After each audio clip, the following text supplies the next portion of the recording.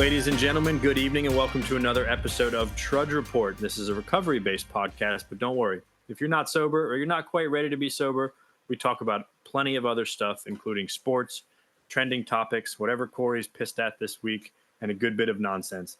My name is Shawn, and I am your host, and I'm joined by my good friends and fellow trudgers, Bill, Corey, and Greg. You can check out new episodes of Trudge Report every Tuesday. Listen on Apple, Spotify, or wherever you get your podcasts. And then later each week, if you want to watch our beautiful faces, tune in to YouTube or Facebook, and they'll be released later on every week. But please remember to download on your listening platforms and like and subscribe on all social media platforms at Trudge Report Pod. We are brought to you, as always, by Stella Mix Podcast Management and our wonderful, beautiful producer and editor, Miss Janine Stella. We are here in all of our undisclosed locations on Friday, May 3rd. And it's good to be here with you guys. Corey, how are you tonight, sir? I'm good for the most part, Shawn. I've had a stressful week. I've had to deal with my own children this whole week, so it's been terrible. No, I'm just all kidding. By yourself. All by myself. It's been fine, but there has been a moment or two. But you're ready for your wife to come home. Very, very, very good. So, Bill, how are you tonight? Couldn't be any better, Shawn. Now, this is a proper way to open a podcast. One-on-one interaction. No, everybody jumping on saying hello at the same time. Real chivalrous. I thank you for that, Shawn. Birthday week for me, so that's good. I was in a Reese's peanut butter cup coma last night. I literally was sweating all night of waking up over and over, dry heaving because I continued to eat this Reese's peanut butter cup pie. No joke. I meant to get some of that from you. I had more tonight, so I am truly addicted. So, and I also am hosting Shawn's daughter. So we just sang some karaoke, some Taylor Swift, and at an undisclosed location. And I told her, don't ever, tried to plant the seed of Taylor Swift's mid at a young age for her, but she wasn't hearing it. So you're doing good with that, Shawn. No, she's loving it. We're having a ball, man. So, yep. Good. Thank you for that. She was excited for that. I told her this morning that she was sleeping over there, and I got an email from her teacher, actually, that she was not being she wasn't paying attention very well in class today. So in hindsight, I probably should have just waited till this afternoon to tell her, but it's all good. You learn. Before I ask Greg how he's doing, real quick, because Greg's got something important he wants to talk about for a couple minutes. Our producer has two pictures queued up, and if you're watching this on any of the watching platforms, you're going to see it. This is my mother and my wife. They went skydiving last Monday. I took them skydiving for my mom's 70th birthday. She's been wanting to do it for a while. My wife and I have been before, and we loved it. Absolutely exhilarating. And my mom also loved it. And now she wants to do like hot air balloon and some spelunking and all kinds of stuff. She's getting wild in her 70s. But she had a great time. And these pictures, there's some goofy pictures, and she asked politely for me not to post those up here. So I'm honoring my mom's request, but they had a great time. So you can watch those. You can take a look at those if you're watching on YouTube later in the week. And Mr. Greg, how are you tonight, sir? Good evening, gentlemen. Speaking of chivalrous stuff, I am more bricked up than Bowser's Castle in Super Mario Brothers 3. Had a good week. It's a lot of brick. So far, a very busy week. Yeah, so I wanted to get into something real quick. It's just a quick rant. I don't want to steal any thunder from Corey because he's got a nice little rant for us this week. But I can't let this one slide. We weren't going to talk about anything NBA. Last week was a pretty NBA centric episode. But for anybody watching last night, the game between the Pacers and the Bucks, we got Patrick Beverly. The Bucks are down big in the fourth quarter. They're getting smacked. I know. The series is over, right? And I don't know. I don't have all of the information. I don't think anybody really does at this point. But there's a fan that was apparently heckling Pat Bev like 3-4 rows up in the stands. Pat Bev is sitting on the bench. He gets up, he takes a ball and he whips it at this dude, and it misses the dude and hits a teenage girl in her face, right? And then the guy who it was intended for picks up the basketball. Pat Bev is calling for the basketball on the sidelines again. So the guy passes it back to Pat Bev, and then he whips it at the dude again. and then that fan gets thrown out of the game. Now, granted, there's only like 2-3 minutes left in the fourth quarter, but this is just another one in a long series of antics from all these NBA players. Later on after the game, they're in the locker room and nobody even asked Pat Bev about this yet. You know, there's a female reporter in there and he points to her and he goes, "Do you follow my podcast?" And she goes, "No." And he goes, "All right, get out." It was a little bit more expletive laden, but you just get out, you know? And it's just like, you know, yeah.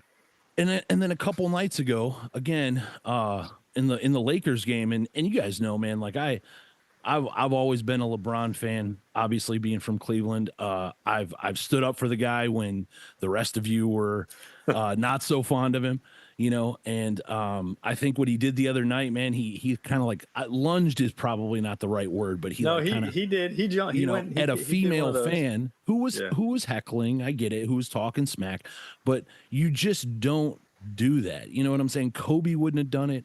MJ wouldn't have done it. Now, you know, there is if you watch some of these interviews from guys like, you know, KG or you know, even further back, like the Malones, the Stocktons, they always said, like, we didn't poke the bear. Like we didn't intentionally talk shit to MJ because they knew like he'd drop 60 on you, no problem if you started. But like, yeah, there's been times when the fans or the crowds have been heckling on the road, MJ, Kobe, and they silence them. And that's literally and more is accomplished with that little. Yeah.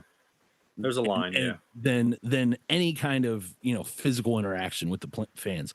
But more importantly, I mean, I've sat somewhat close, not that close, not 3 rows behind the bench, but I've sat close for a playoff game. It is not cheap. I don't even care if it's a smaller market like the Indianapolis or the Indiana Pacers or whatever, but like those are still easily a couple grand, you know, to sit that close, you know, especially in an elimination game. And the fact that the fan gets tossed for that, the girl gets beamed in the side of the head. She's just standing there. It's a teenage girl, you know. It's just the antics from these dudes that make millions of dollars a year is cheapening the sport. It's cheapening certainly their legacies, if there are any left, you know. Yeah, especially for all those people.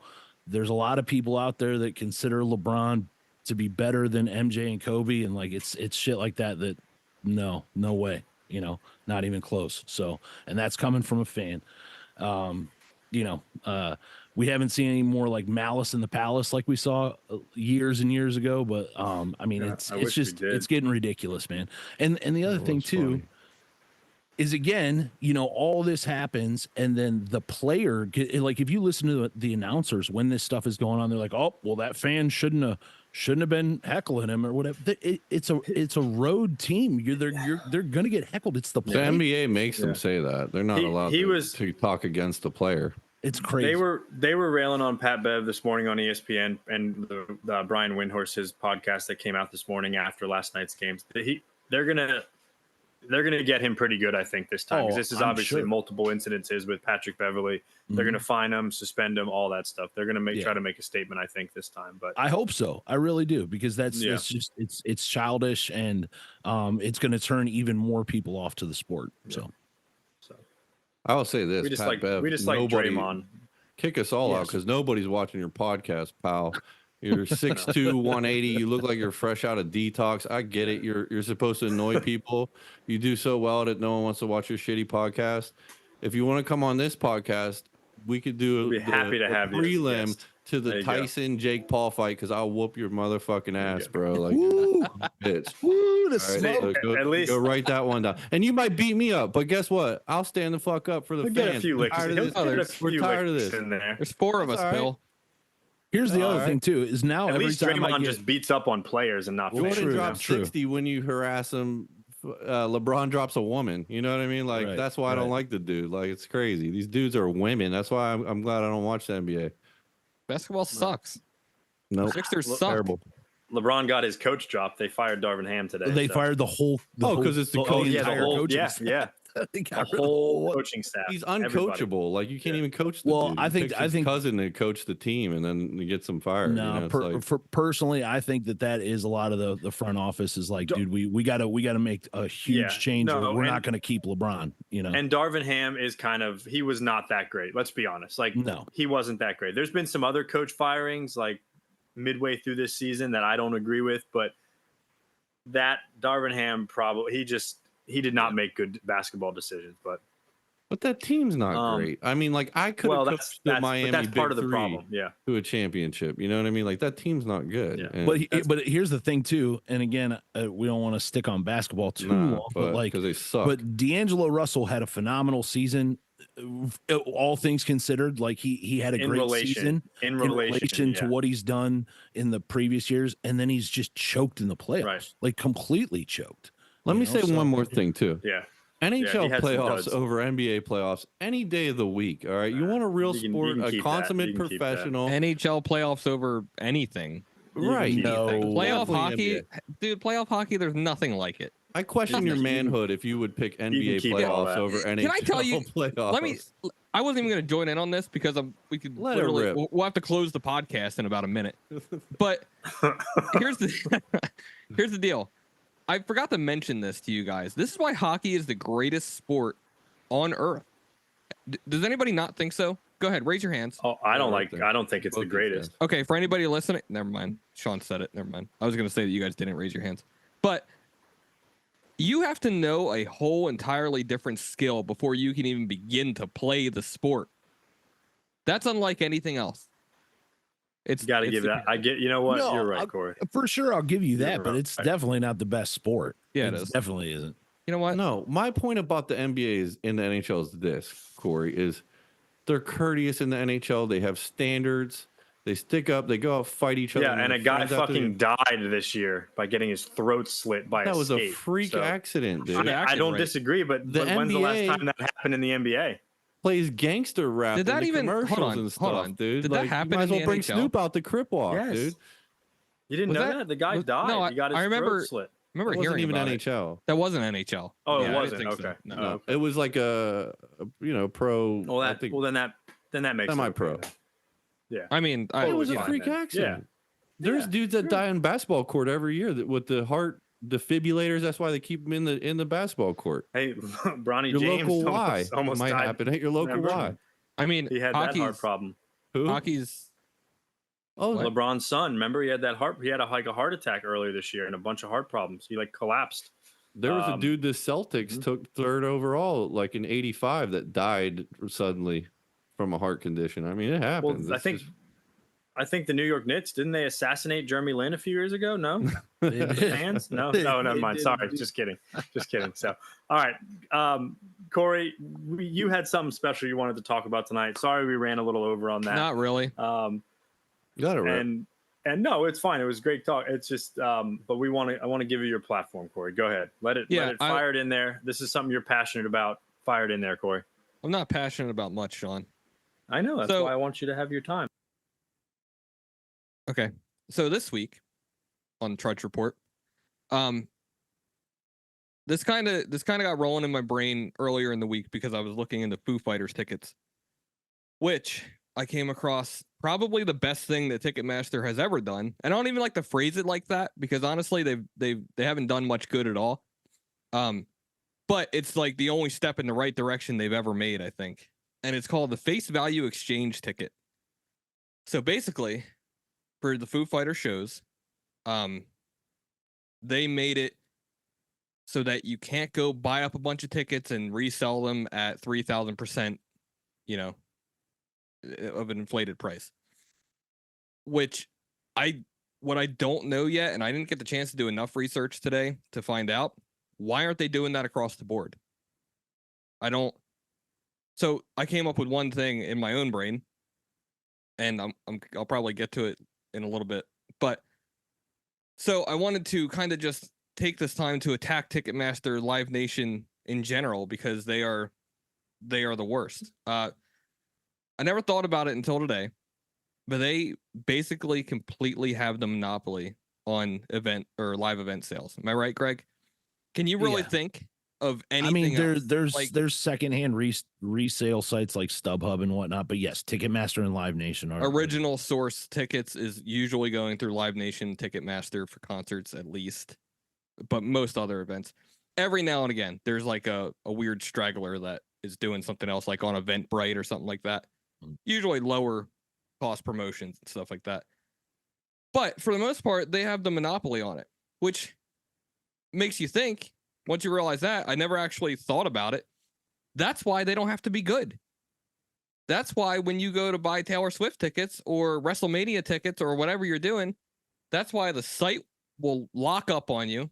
That's why you'll be in the queue for 2 hours. That's why when you click on tickets that were available when you clicked on them, you will not get to the next stage of buying them because it'll say another fan beat you to these tickets. It's trash. And eventually, I mean, it was a big controversy with the Taylor Swift tour.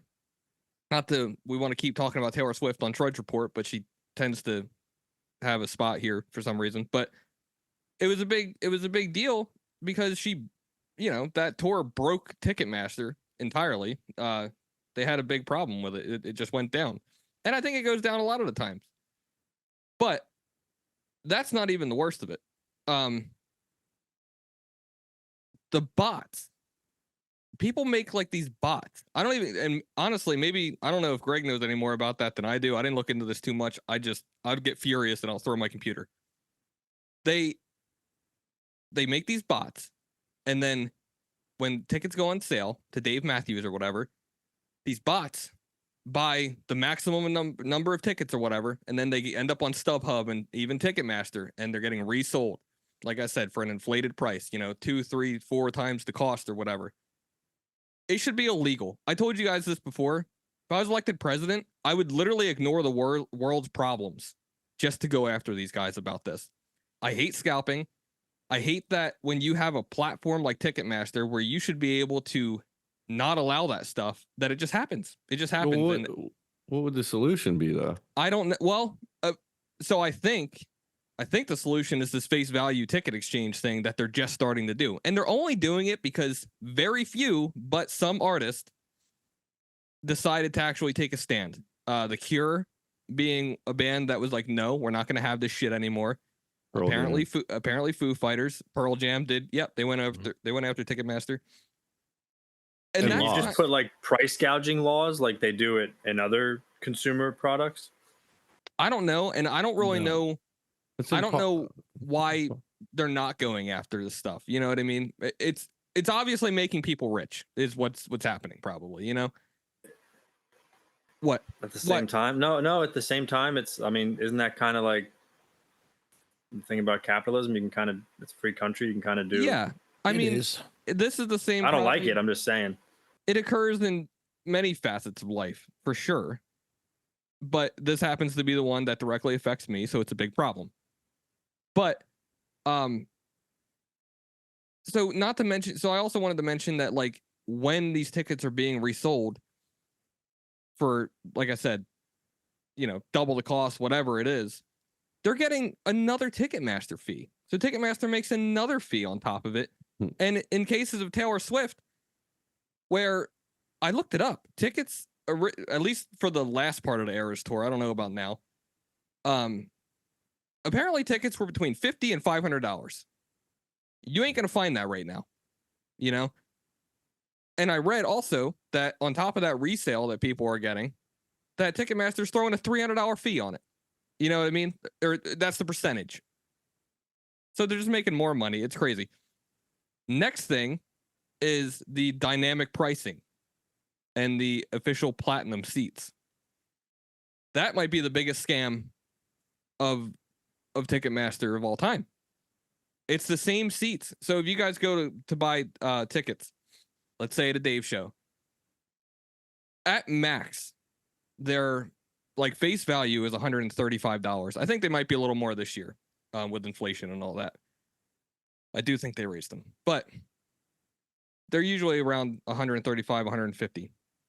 And that's like front row, essentially. That's pit, that's lower bowl of the amphitheater or whatever. But once those are all eaten up, then Ticketmaster has their official platinum seats. that are $500. Same section, same rows, same whatever. There's nothing special about them. They're not gold seats. They don't have a toilet attached to them, nothing. It's the same.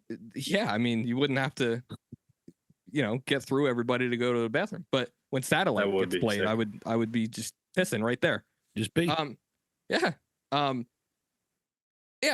There's nothing special about them. It's literally just we feel like making more money on the seat. You got to pay it. So the diamond seat, so we're clear, the diamond seats are not there until there's a shortage, and then they designate seats diamond. No, well, it depends on a shortage. I mean, they don't sell that many pit tickets. You know what I'm saying? The pit is only, depending on the venue, is only a certain size. So, and those are obviously the first ones out the door to the mega fans that want to stand for the entire. It's like show. A general admission section of. Yeah, it's like, right up against the stage. Yeah. And pit will get sold out. Pit'll get sold out. So then where's Diamond behind that?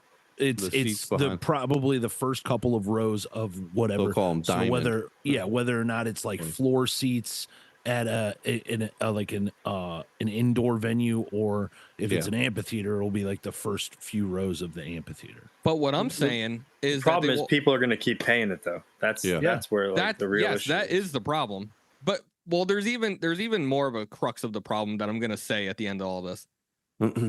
But what I'm saying is that those official platinum seats are also in section 200 as well. You know what I mean? Maybe on the aisle or whatever to be the incentive. I don't know, but they're definitely scattered throughout for the most part. Maybe not like top. Yeah. You guys hear that horn? I just heard a horn. Maybe somebody's here for me. Anyway, so, and dynamic pricing. So basically, when those don't sell, they 2-3 days out from showtime, they're going to drop them down to the price they should be. It's ridiculous. It's terrible. But then you run the risk of not getting exactly something good or something that you want or anything at all, right? Or anything at all. That's Speaking of which, Corey, have you purchased our Dave tickets? No, but that's what I was about to get at. So for guys like us who like to stand and we like our room, we always go lawn, just about. I did seats a couple times. I don't prefer it at all, actually, but we, if I'm not in the pit, I want to be on the lawn. I don't want seats. So, normally that part of it isn't affecting me because lawn seats are always going to be the base price for the most part. At least for Dave Matthews, that's going to be the case.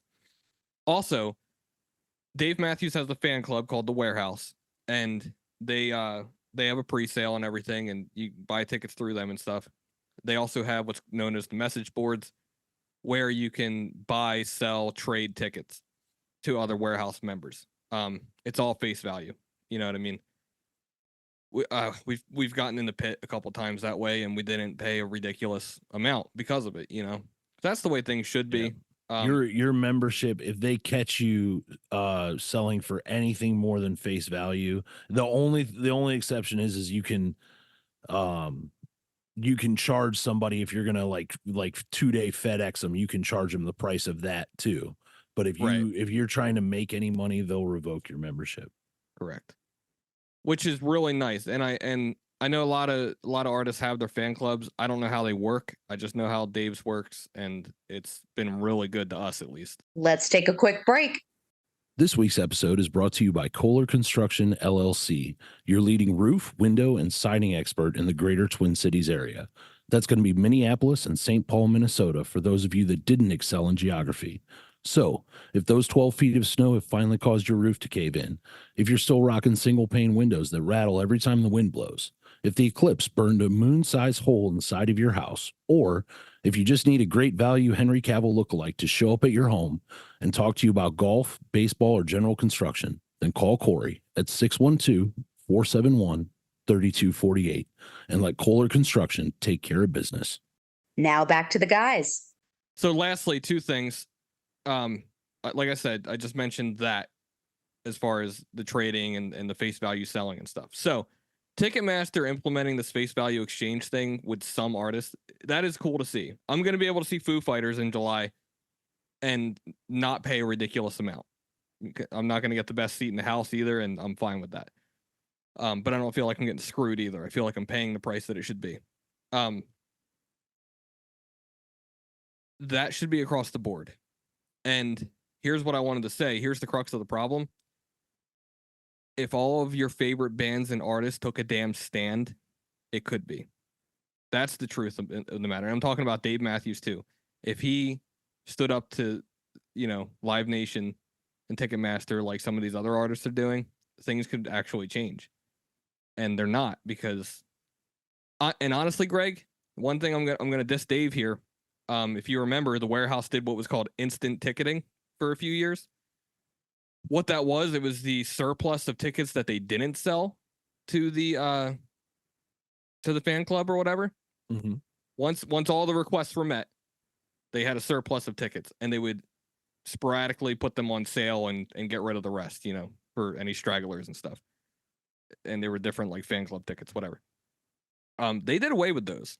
And the theory is that they gave them to Live Nation. They gave those seats to Live Nation to put on sale as they saw fit, official platinum dynamic pricing tickets, and they made a boatload of money. So that's the theory, or that's proven?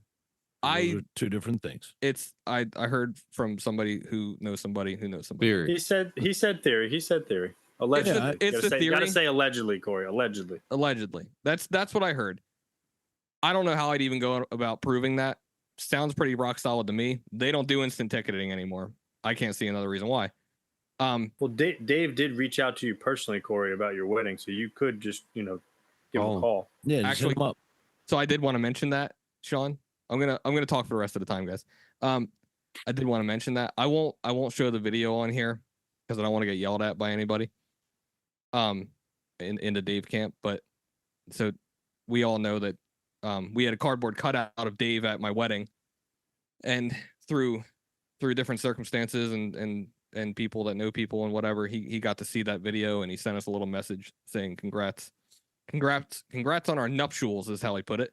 It was really cool. It was really cool. It was cool to watch. So Corey, and just so everybody listening, Corey posted it and did a whole bunch of stuff with it, and the Dave's agents or his camp or whatever, they like immediately reached out to Corey and was like, take it down. Take that down, please. And All then right. That's when you got to take a stand, because he's ripping you off on your ticket price. It's time to expose Dave. Well, he's not ripping me off on my ticket price. So that's what I'm getting to. So I mentioned before on here that I got pit tickets in Tampa in a couple of weeks on the 22nd, and I'm bringing a picture of me and Gabby with the cutout. I'm bringing a Sharpie. I'm going to try and get his attention and get it signed. So more will be revealed. I know I have full confidence that if he sees it, he will sign it. That's pretty cool. So that's pretty cool. Last thing I want to say. And you got one of what's his name's drumsticks, didn't you? Or I got Noah? Carter. Technically Noah. We can play that video. That'll be a fun video. That was a cool video. Remember my face, Greg? I will never forget your face ever. Thanks, man. Lastly, you guys can comment on whatever you want, or you guys can just sign off if you want. I don't know. But I got a comment. I pose a question at the end of all this in honor of concert season that is coming up. My first concert is in a week, I think, the 10th, whenever, right? Yep, 10th. It's gonna be Hoser. So it's starting. It's starting Not tonight, Boyz II Men. actually. I thought it was Boyz II Men. I'll go see Boyz II Men. I'll go see Boyz II Men right now. Hell yeah. I'm pretty sure it's Jose, or Hosier or something. Hosier. Fucking Whatever. Hoser. It's also go ahead though. It's his last name. I didn't even know that until recently. Gabby told me. But in honor of concert season, I pose this question to you guys to answer at some point, whatever you guys are going to say. Who was your first concert? And who is your favorite artist you've ever seen? And I'll just tell you that my first one was Ringo Starr. And I mean, I'm going to have to go with Dave on my favorite. So on to you guys. Dave was my favorite. Chicago and the Beach Boys was my first ever concert. Oh, yeah, you mentioned that. That's right. I was 8 years old. My mom took me. Yeah, it's sick. Followed by Leanne Rimes and then the Hanson Brothers. So not like great next ones, but Chicago and the Beach Boys. And then Dave is my favorite too, for sure. Very good. What do you got, Bill? For first concert? Well, first of all, let me just say something. Are we talking about Ticketmaster still here? Because sure. Yeah. I got something on that. So the bots are clearly not people. That's Ticketmaster bots that are reselling their tickets. Clearly, right? It's like playing online poker, thinking you're getting bad beats all the time. It's really either that or they housing. actually hire people to do that, which is what they do in some other arenas. I But didn't yes, think about that. They're not like real people. I'm pissed. They're I making didn't think money about that. left, right, hand over fist. The problem is, and when you say Ticketmaster in Live Nation owns Ticketmaster. Correct. Live Nation owns the rights to so many venues that you can't play the venue if you're not going to play with Ticketmaster, Right. And think about if you're an artist, it's supply and demand. Sometimes it's a good thing that your ticket price is so high. Like Taylor Swift, it's all about, it's so much. It's like almost a sign of a badge of honor that I have a Taylor Swift ticket. I paid an arm and a leg for it. You know what I mean? So as an artist, they're not gonna, they don't care that it's kind of like these guys that are a generation ago that are starting to get a little bit more wiped out, that are realizing how much this is affecting fans. So Ticketmaster, they're crooks, but they've had infrastructure in this game for a long time. So if there really was that much better competition, they would just get written off. You know what I mean? But they have a monopoly on the venues, and even as like one of my close family members, he's a concert producer, and like if you want to play ball, you need the venue. You know what I mean? If you don't have the venue, you don't have anything. So Ticketmaster doesn't care, but more importantly, I think you kind of touched on the artists don't really care. I will say my first concert, I think, was 50 Cent.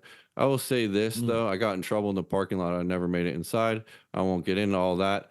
But the most concerts, definitely rap concerts, are overrated, horrible, and suck. A lot of concerts I've been to, especially as now I just turned, I'm in my upper 30s now.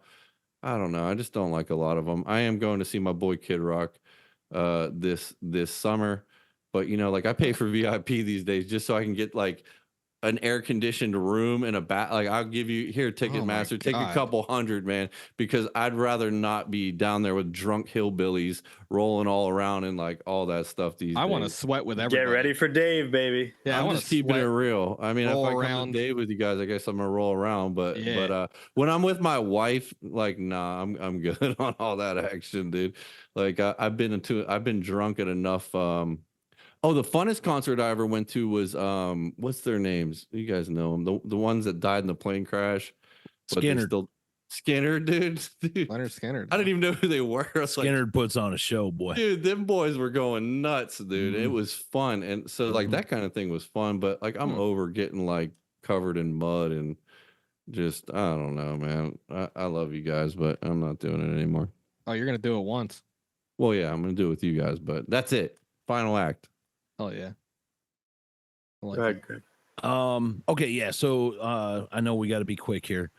Yeah, Ticketmaster, and one thing you didn't even bring up, Corey, which is crazy to me that you didn't, but like the whatever the face value of the ticket is, there's an extra $35 of back end fees minimum coming off that bad boy, or getting added on to that. They're not putting a ticket in an envelope anymore. No.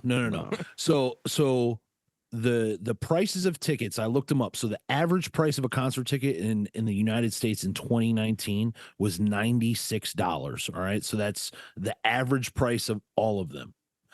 In 2023, it was $252. Thanks, Joe Biden. That's insane, right? When we're talking about an average. So yeah, but those bots are definitely, mostly anyways, Ticketmaster bots. There's not a bunch of like a group of mastermind resellers out there. I'm sure there are, but like not it's not all them. It's certainly these companies trying to make more money for themselves. And you're right that maybe if the artist did take a stand against it, but that'd be like you taking a stand against your own paycheck. You know what I'm saying? They're still getting paid off of it. The best way that I've found to eliminate this situation, number one, is if you can skip out on Live Nation venues, the better, right? I'm fortunate enough to live in an area where I have 3 other venues, major venues, that can accommodate a good size show besides Blossom, which is our Live Nation venue, and that's the Agora, Jacobs Pavilion, which is in a nice outdoor venue, and also House of Blues. So that's nice because I can still go catch a show for $25, you know, and it really enjoy myself. And I'm not talking like little small acts. I'm talking like 311 Bush, like, you know, that kind of stuff. Like they play in those outdoor amphitheaters. Tickets are $25. It's great, you know. But I went and got a lawn pass for myself. Ticketmaster owns House of Blues, just for the record. They do. The first one. They probably own all three, just so you know. But no, they definitely don't own the Agora. Okay. I'll tell you that. Oh, the first, yeah, they might not own that, but the second one. What was the second one? House of Blues. No, they own that. Jacobs Pavilion. Jacobs Pavilion. No, Ticketmaster doesn't own that. I don't know, but I'm sorry to interrupt. Anyways, the lawn pass for Blossom, and Live Nation offers it for any of their outdoor venues. It was $239 flat, like that was it with fees included. And they originally advertised it was only going to be for 20 shows at Blossom this year. That 20 has now ballooned into 41 different concerts this summer you can attend with this same lawn pass that you bought. So I'm pumped about that. You know, I'm not going to hit all 41 of them for sure, but there's a lot of them on there that I'm going to hit. And 41. Yeah, it's $239. It pays for itself. After you go see 3 shows with your lady or whatever, it pays for itself, right? Mm-hmm. My first ever concert was at 13 years old.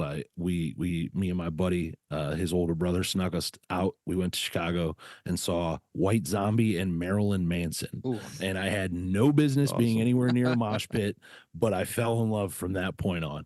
Oh, yeah. I've been to hundreds and hundreds of concerts. I've been to 70 Dave Matthews Band shows alone. I love going to see the guy. To differ a little bit, because Shawn and Corey, even though that's where my heart is, you know, for sure, I would say that I had a ton of fun and a great show a couple years ago with Rage Against the Machine. Absolutely awesome show. Heard it was once in a lifetime. It was pretty much once in a lifetime. Yeah. They rocked it out. So sucks for anybody that wasn't there. Yeah, like. Yeah, I missed the lawn pass, Greg. I missed it. But next week, the Live Nation, I will say, to their credit, is doing $25 tickets, and I'm gonna go broke next week on that one. So, do it. Yeah. Well, guys, first off, that was very well done, Corey. I appreciate that, and it was something we're gonna monitor. We're gonna monitor these situations. We're gonna monitor Corey's expenditures over the summer. We'll monitor it every time I buy tickets. I'll bitch about it. But it's a listen. A lot of people that listen to this podcast probably concert goers, and it's a real thing, and we can tell you're passionate about it. So good stuff, guys. All right, making a segue into our recovery segment for the week. Tonight is going to be all about service to others and how we help carry the message of recovery, carry the message of hope and recovery. So I'll kick it off. That way you guys can get your thoughts together if you'd like to. One of the main things that I was always told is, how is your program working at the breakfast table, right? Does my family, my friends, my loved ones, my coworkers, the people that are around me most, how do they perceive me and my recovery and my actions now that I'm sober? Am I physically sober, or am I still the same old asshole that's lying, cheating, and stealing and manipulating others and conning others and just overall treating others poorly? Or am I someone who it's apparent when people are around me that I try to enrich their lives, have a good encounter with them, have a peaceful, happy encounter? Is it apparent? Is it obvious to other people that I am trying, not always good at it, but trying, attempting to the best of my abilities to practice spiritual principles in all my activities? So really, like, we hang out, the 4 of us and a lot of our other friends, we hang out in the recovery community, the recovery, different situations, different types of gatherings and get-togethers. And we would all probably agree that it's fairly easy in those settings to act sober, to act spiritual, to be kind of a good guy. We have a lot of fun. We poke fun at people. And yes, we have people we may get into arguments with, but overall, in those settings, it's fairly easy to be a spiritual person and live by spiritual principles. But when the lights are off, the cameras are off, so to speak, obviously, and no one else is around us, or we're just with our loved ones at home or our kids. I know with my kids, wanting to practice these, how is my program working? Am I practicing these principles in all my affairs to the best of my abilities? Am I trying to place the spiritual principles before my personality and other people's personalities? And am I trying to carry a message of a life-saving message of hope and recovery to other people that may not yet know that there is one? So I'll leave it at that. Helping others is the foundation stone of our recovery. I think we'd all agree with that, right? I think most of us get to the rooms of recovery because somebody somewhere was trying to help somebody, or whether it was us, whether it was a judge that sends us to recovery, or the neighbor, or the parents, or the wife, or we called the local recovery office in our communities and asked for help. Whatever it was, we were all kind of here because somebody somewhere was endeavoring to help others. So I'll leave it at that. I'll kick it to you guys. Who wants to go first? Anybody want to take the reins first? Or you guys want me to volunteer someone? I'll go. Attaboy. I volunteered. I'll go. All I really want to say on this is that well, let me say, Shawn, I really like what you just said. Honestly, I've been thinking about that a lot. Because it's something I ask myself about myself. I also ask that question about other people far too often, is like, are they really doing the deal? That's really none of my business, but I'd be lying if I said I wasn't trying to take other people's inventory pretty often. But it is a good question for myself. Like, man, I'm sure we could all probably agree, and this is kind of just reiterating what Shawn just said. Like, it is easy to do the stuff that people are going to see. You know what I mean? It's easy to show up and offer to help out when there's a crowd. It's not all that enticing to do it behind closed doors, to, as Shawn is saying, act accordingly when no one's watching, so to speak, to have true integrity with this stuff. Man, meditation and praying, like we talked about last week. And I actually posed the question in a group chat that Greg and I are in, because I was honestly curious, like, are we all meditating? You know what I mean? Like, because I often fall off of the beam on meditation and stuff. And I will say that after that segment last week, I was a meditating fool for a couple days. But that the stuff that no one's gonna see, man, the amends that you go make, that you're not gonna get anything out of, other than like the freedom of doing it and all the stuff that does come with it. But like, what I mean is, you're not gonna do that and go get a pat on the ass from anybody. You know what I mean? Like, the stuff that you don't get cookies for. Like, am I doing that? Am I doing the stuff that I'm supposed to be doing? That said, am I trying to show up for, the people that are just newly getting sober? Giving them rides or whatever to different events and stuff like that, whatever the case may be. I think it's, once we've spent the past, what episode is this? 13, 14, 13? We spent the past 13 weeks talking about, essentially a process that lives in our lives. I think it's our responsibility when we integrate that stuff into our lives, to also integrate showing other people how to live that way. We're the ones that know all about their lives, when these people that are newly getting sober, you know what I mean? We're the people that know where they're coming from.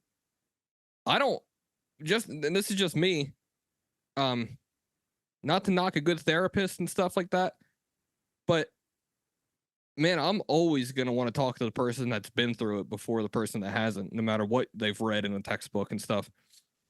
Many of them, their heart is in the right place. Many of them have been through drug addiction and alcoholism. I'm not saying that it's always the case that they haven't been, but I want the person that knows what the feeling's like, that knows what it sounds like when you lie to yourself in your mind, and believe it. you take a lie detector test and say, I'm never going to get high again, and passed. So, and then you get high. So I want to know, I want to get in touch with the person that knows that feeling and what that's about. That's why we're so useful to those people, that are coming out of addiction. And, not to mention that helping somebody get their life on track is a feeling like no other, man. If we can be a small part of that, that's amazing. So I'll leave it at that. Well said, man. Thank you. Who wants to go next? You got it, Greg, or you want Bill to go next? They'll fire it in. Fire it in there, buddy. Thank you guys both. Shawn talked about a little bit last week, and he said it a few times, but today I know who I am, right? Like I know the facts about myself. I know my major defects of character, and I know who the person inside is, right? I understand that inherently, if I'm left to my own devices, I'm always going to default back towards self-centeredness. If I don't work on my spiritual mental state, I often become selfish and like indifferent, basically, to the suffering of other people. And that's what the whole spiritual life boils down to for me. It's like, I've always heard the analogy. It's like I'm in a canoe and I'm trying to row myself out of a waterfall, right? And if I stop rowing, the water's just going to suck me right back in, right? And I'll be constantly pulled backwards, right? And so practicing the principles that we've spoken about for the past 13 weeks in all of my daily affairs is how I'm able to keep myself from drifting back into that rough water that used to be my life in addiction and alcoholism. And the tried and true way that I can abstain from all that misery and enhance my spiritual life is helping other people. Certainly nothing, like Corey was saying, like nothing makes me feel as electric, kind of, for lack of a better term, sets my soul on fire than intensive work with another alcoholic or addict. That is absolutely a feeling like none other, but that doesn't mean that I don't do this with everybody, and again, let me tell you, I am far, far from perfect in this, but my goal and certainly what my program of recovery would dictate is that I treat everyone like I would hope to be treated, like they deserve to be treated. They're all God's children, and how am I, like Shawn was saying, like how's that program working at the breakfast table? How's it working in your everyday life? How are you interacting with the people that you come in contact with? We were kind of ribbing about it the other day. Yeah, do you hold the door open for the old lady? But it's way more than that, right? It's do you, like Bill was talking about a few weeks ago, do you pick up the $20 bill and not shove it into your pocket, right? Do you try to pack more into the stream of life, and give more than you're getting back, for me? And that's how I keep it simple. Like I said, I'm far from perfect. Sometimes I want to cling on to that old anger. Sometimes when the dude in front of me is driving too slow and I'm late to work, I think about, man, I'd love to drag that dude out of his car and just, but just what I don't. It's not appropriate for all of our listeners, I'm sure, but right. yeah, I've said a lot of very mean things in my head. I've screamed a lot of things alone in the comfort of my car, directed towards other people, and then I realize how worked up I'm getting on the way to work, or with my employees and with my work peers, like, why they don't want to walk around and be on edge all day around me, like they want to come to work, do their job, and go home, right? Same as I do, right? So why not try to make it a better environment for everybody? The one thing I will say about this whole deal is for myself personally, I know that I also have a tendency to, I don't like to project too much, right? We often talk about like this is a program of attraction rather than promotion, right? So I have to be careful for myself because I get real fired up about recovery, and it's all well and good when we're in a group of 4 like this, and we're talking amongst our peers and stuff like that. It's totally different for, you know, normal folks out there. So I try not to get preachy about it, and I try to kind of stay in my own lane in that regard, but just try to be a good example of what a program of recovery is in my everyday life, and it works out pretty good most of the time. So that's what I got. Thanks. Thank you, Greg. William, take us home, sir. All right. So I really appreciate all you guys and what you had to say, the transparency of this. It's not easy, you know. You guys made a lot of great points. For me, the topic here is, for me, I was an atheist.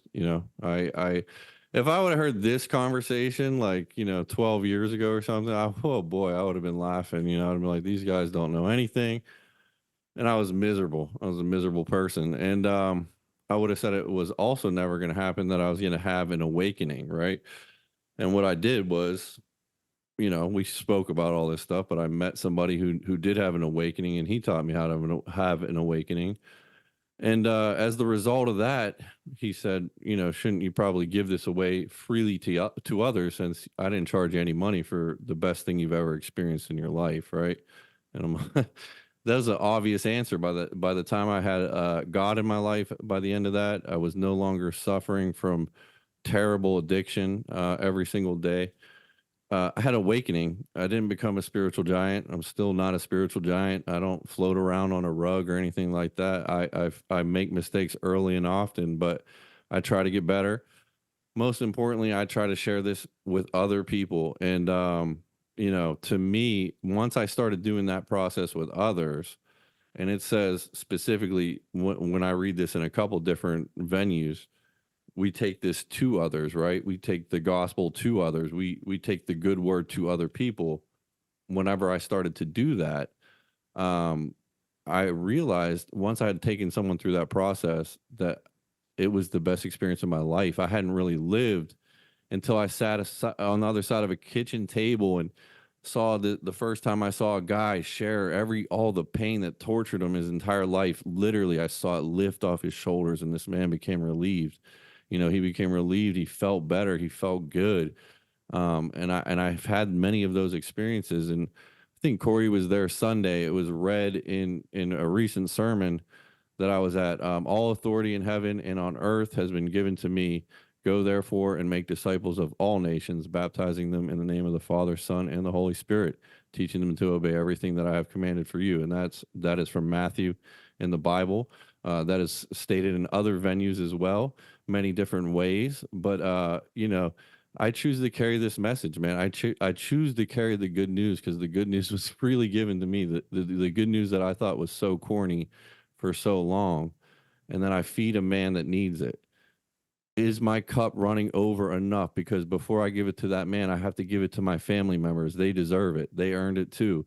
They stuck in the trenches with me. Am I giving it to my son, my daughter, my wife, my uncle, my loved ones, because they were there whenever I was asking them for $20, telling them I'll be right back? They were there to cut me off when I needed to, tell me don't call you. That was tough love. That hurt them. You know what I mean? Today, I try to give freely of my soul to everybody in my family first, and then to others. And the breakfast table is the same deal. How do you feel when you walk into a room of other people from spiritual, maybe a pastor, and you're talking with him heart to heart? Are you feeling like you're a little off, or like, are you trying to hide something? Like, how do you feel in that relationship? I've walked into those rooms too and felt intimidated by people that weren't in recovery, but they knew a lot about spiritual terms, and I feel like I grew. They offered the same thing. They didn't look down on me. They, like, real people you want to be around in your life are people that are going to reach their hand out and try to bring you up to them, and we never shoot our wounded. We always want to just bring people along. And I didn't realize the power of all that, man, because like those first other principles we had just spoke about over the last couple of weeks.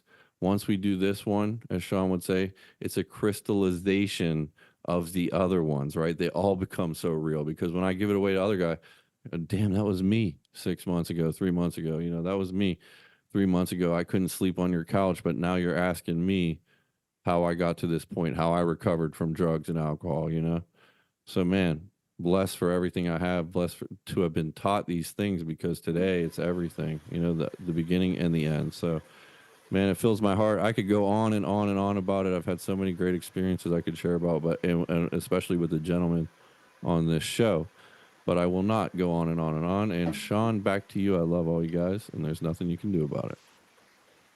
Love you guys too, man. That was, it really is. Greg touched on it, right? About, carrying this message and what we can do. And some of our literature also talks about how carrying this message and trying to work with others is nothing will so much ensure our immunity in recovery, our immunity from drinking and doing drugs and the desire to drink and do drugs than intensive work with other alcoholics. And you guys have all been with us when we've had 20 or 30 of our kind of extended recovery family stand up at one time in one room when one of us is celebrating a yearly anniversary. And it's a special feeling. The togetherness, the camaraderie, the brotherhood. It's a special feeling. We've all shared some pretty unbelievable life experiences with each other and some personal experiences and secrets. We trust each other to no extent. And to give that to someone else that's never had that before, and I use Bill as an example just because of his upbringing and what the trauma he went through in his life. Bill never trusted another soul on earth. Like most people would understand why with his upbringing. And now he has a handful of us, and we get to give that feeling of comfort and trust. And you know what? There is hope to other people. And I don't know, man. Money's great. Things are great. Notoriety is great. But just, it got brought up in a little recovery setting on Tuesday that I was in. Like, I'm so grateful that I've never thought, this is working good. Maybe I should try something else. Like, I am convinced, completely 100% sold on the direction in which my recovery is going and has been for many years. So good stuff. Any parting thoughts from any of you fine gentlemen? Happy birthday, Mark Urek. Hey, buddy. Gosh. Happy Is it birthday. today? Yes. Yeah. We love you, crazy fuck. Wow. And love you, happy birthday also or belated birthdays to both Kyle Fiskus and Bill DeLuca. Wow. When was Our very Fiskus? own. Yesterday. Ah, And then Bill was okay. 2 days ago. Cool. They all fall Nice. in. Kyle succession. shares a birthday with the final boss, Dwayne Johnson. Yes, happy The birthday Rock. to The Rock. He's more important than all of you. More I'm honored important to than have all. my birthday that close to The Rock. Also, can I borrow $20 from you guys? Yep. Sure. I'll give it to you. Bill will give it to you in Bitcoin. That's right. Ooh. Space money. I still remember that conversation in Vegas. That was hilarious between DNP and Mark. Oh my God. Hey, All right, Greg, guys. why do they call them biscuits? Hey, Greg, what kind of fork do I use? Guys, this has been Kind great. of fork I'm about to stab you with. Awesome show. Shout out to the listeners. Shout out to the teenage girl Patrick Beverly hit with a basketball. Hope you're doing all right. Thank you for your support. Offer stands, Pat. Come see me. Please like, follow, and share on all socials at Trudge Report Pod. Email us, trudgereportpod@yahoo.com. We have had a few emails recently, which is pretty cool. Send mailbag requests for topics, questions, comments to any of those handles. Remember, we are all here if anyone wants to talk about recovery, our experiences, if you're struggling with some form of addiction, or just if you want more information about it. Thank you again to Miss Janine Stella at Stella Mix Podcast Management. Good night. God bless, and may you trudge the road of happy destiny. We will see you next week. Arrivederci.